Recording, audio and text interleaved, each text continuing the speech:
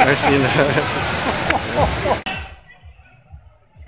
Now, this is a wonderful demonstration of what I love about martial arts and martial artists. I was at the Mixed Martial Arts Expo in Toronto, and I was scheduled to do a demonstration on the Sunday morning, and my students who were going to help me out with the demonstration were unable to make it. So the martial arts school in front of me, LANA MMA and kickboxing, they were doing a demonstration ahead of me and were planning to quit when my turn came along.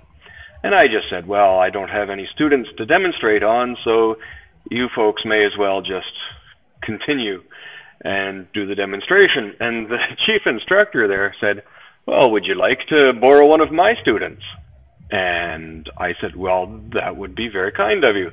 Are you sure that's okay? He said, sure. And he just pointed to one of his senior students and said, you're learning Tai Chi. Get out on the mat. Now, I have never trained with this particular club. I've seen them do their demonstrations, but I've never visited their school. I'm not a kickboxer myself, and I didn't know much about their lineage, and they didn't know much about me, but they knew enough to respect why I was there and what I was doing. And if you watch, this is the second demonstration we did that day. And this is one of the assistant instructors, I believe, from the LANA MMA. And look at how good-natured he is and how very nice and relaxed. He gives a really good, honest application, and at no point does he let his ego get in the way, and at no point does he worry about whether or not he could kick my butt.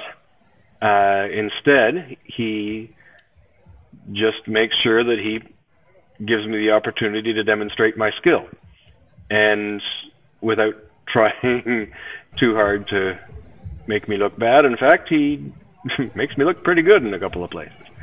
But there's something about martial arts, and you find that the more skill that people have, the better they get, and the better quality of skill that you find at a martial arts studio or a martial arts school, the nicer the people are. In fact, you can judge the quality of a school's martial arts by the character of their students and by the personalities of the instructors, because nobody who has anything worth teaching is going to waste their time teaching somebody who isn't worth it. Nobody's going to waste their time teaching a jerk.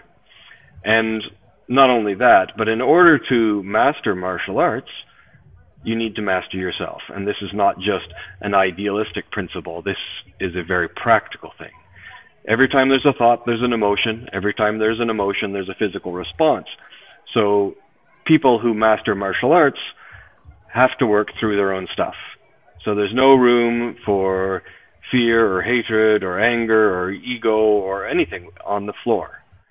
Everyone has to be paying very close attention to very fine details and constantly respecting their training partner, because if you break your partner, you don't get another one. So here is a fine example of a really, obviously a wonderful martial arts school. Now, I didn't know much about them until I did these demos. I'd just seen them do their demonstrations in the past.